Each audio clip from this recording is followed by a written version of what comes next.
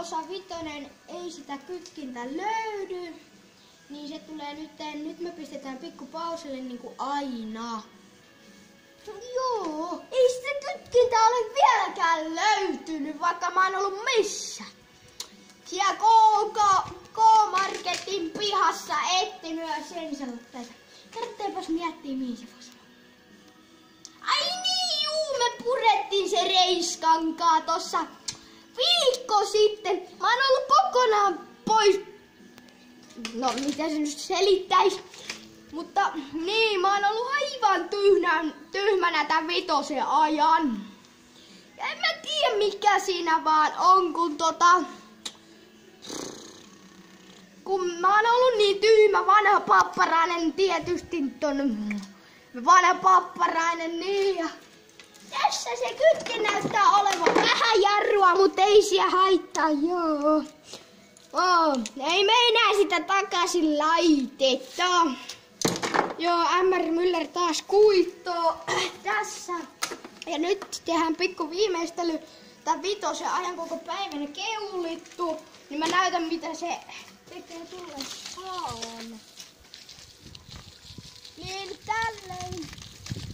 Tästä niin mä vaikka keulasen. Toi ei ollut kyllä se lopputulos, kun ollaan keulittu koko päivä. Kato, me ollaan Jumihan on keulinut tästä pusikon alusta tänne tämän viivan ylitte. Ja vielä pidemmällekin. Niin. Ja tästä lähtee. Mä voin näyttää sen välin. Jos enää pystyy. Kyllä mä pystyn. Tosta lähtee.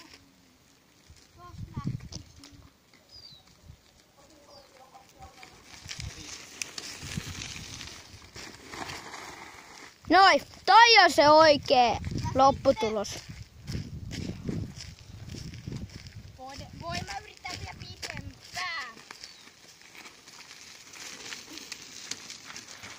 Ei lähtenyt. Tää on viimeinen. Tää no ei ihan viimeinen. Ei lähde. Me ollaan keulittu tässä aika paljon. Ja niin kuin näet, me ollaan tiputeltu. Ja sois. Moro!